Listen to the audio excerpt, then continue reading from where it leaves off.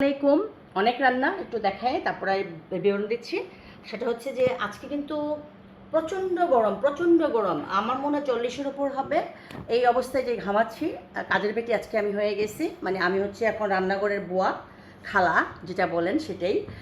এই রান্নাগুলি করেছে আমার হাজব্যান্ডের যে জগার্স সোসাইটি আছে, গুলশান জগার্স সোসাইটির বন্ধুরা যাবে 30 জন।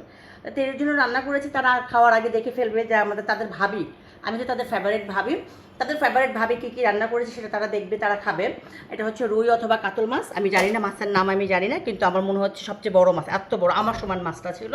এটা হচ্ছে বড় বড় টুকরা, একজনে খেতে পারবে কিনা আমি জানি না, বাট অনেক বড় বড় টুকরা রান্না করছে। কারণ সকাল ভোরে ওরা খিচুড়ি খাবে, পরোটা খাবে, দেন এটা খাবে, মানে সকালের আয়োজন এটা। এই রুই মাছ, এটা হচ্ছে আইর মাছ, এই যে দেখেন, ও আল্লাহ। সো একটু আরেকটু বিবরণ দেই, সেটা হচ্ছে আপনারা যারা আমার বয়সী, আমি তো অনেক বয়স্ক বুড়ি, আমার মতো বুড়ি যারা আছেন তারা সবসময় রাত্রে সকালে খালি পেটে এটা খাবেন। আমার মেয়ে বলতেছে আস্তে কথা বলে ভিডিও বড় হয়ে যাবে।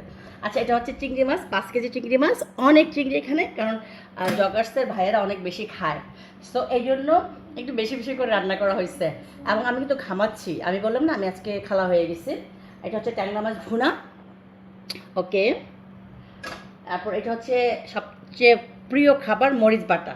আচ্ছা, এটা হচ্ছে মরিচ বাটা, এটা আমার দাউদকান্দির কুমিল্লার মানুষ এটাকে খুব পছন্দ করে। এতটুকু মরিচ এতগুলি পেঁয়াজ দিয়ে করতে হয়।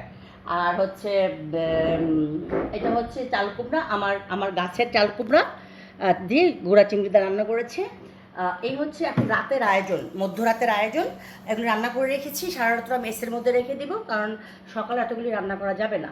সকালে 30টা পরোটা ভাজবো, 30 জনের সাথে খিচুড়ি রান্না করব, ডিম ভাজি হবে, আর এগুলির সাথে থাকবে। মানে এটা হচ্ছে কালকে রাত্রে অনেক অনেক কটা প্রোগ্রাম আমাদের, কালকে শনিবার। সো আমি এগুলি করেছি, বাট আমি থাকবো না প্রোগ্রামে। জাহাঙ্গীর সাহেবের ফ্রেন্ডদের সাথে যখন প্রোগ্রাম হয় তখন আমি থাকি না, আমার বান্ধবীদের সাথে যখন প্রোগ্রাম হয় তখনও সে থাকে না। মানে আমাদের হচ্ছে এরকম ক্রস হয়, কারো প্রোগ্রামে কারো থাকার সুযোগ নেই। আমি আমার মতো করে অফিস করবো, সে তার বন্ধুদেরকে নিয়ে আড্ডা করবে, খাবে দাবে। আর আমি হচ্ছে এখন যেহেতু খালা সাজছি, এই জন্য খালার ড্রেসে আসছি। আপনারা কেউ কিছু মনে করবেন না, কারণ আমি জানি আমার প্রবাসী ভাইয়েরা আমাকে অনেক দেখেন, আমার আত্মীয় স্বজন দেখেন। আমি এই রান্নাঘর থেকে বের হয়ে আমি এইগুলি নিয়ে আসছি। আর যারা আমার এই ভাঙ্গা কড়াই দিয়ে দেখে অনেক কমেন্ট করেছিলেন, আসলে অ্যাকচুয়ালি এই যে কড়াইগুলি, এগুলি আমার স্টোররুম ভরা। এগুলো হচ্ছে বড় বড় পার্টির জন্য আমি নামাই আর কি, কারণ আমার রেগুলার যে রান্নাটা হয় তো খালা করে, বাসা যারা আমাদের হেল্পিং হ্যান্ড আছে, যারা চাকরি করে তারা করেন। তো যখন বড় বড় পার্টি হয় তখন আমাদের বাসায় খাওয়া হয় না ফ্রাইডে ছাড়া। সো ফ্রাইডেতে আমরা একটু বেশি রান্নাবান্না করা হয়, আর নর্মাল ডেতে হচ্ছে ওরা যারা আছেন হেল্পিং হ্যান্ড তারা তাদের জন্য রান্না করা হয়, তারাই খায়। সো ওই ভাঙ্গা কড়াই চলে আর কি। তারপর আপনারা যেহেতু বলেছেন ওই কড়াইটা আমি চেঞ্জ করার চিন্তা করতেছি, সময় পাচ্ছি না। সো এই হচ্ছে আমাদের একটু আয়োজন।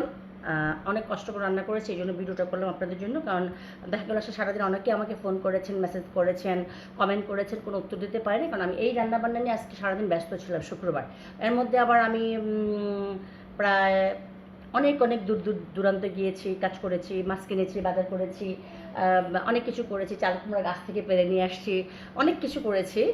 অনেক কিছু করার জন্য করেছি বিধায় ভিডিওটা বানালাম, কারণ আমার কাজগুলি বৃথা যাবে। কারণ আপনারা দেখেন আমি কী কী করি, আমি বলেছি না আমি 18 ঘন্টা কাজ করি, এই হচ্ছে আমার অবস্থা।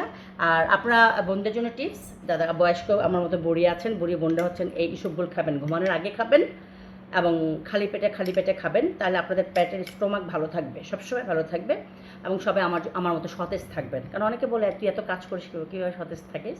আমি আসলে অনেক অসুস্থ অবস্থায় থাকলেও আমি সুস্থ থাকি, শুধু খাওয়া দাওয়া মেনটেন করে বিদায়। অনেক ঘামাচ্ছি। তো ঠিক আছে, সবাই ভালো থাকবেন, আল্লাহ হাফেজ।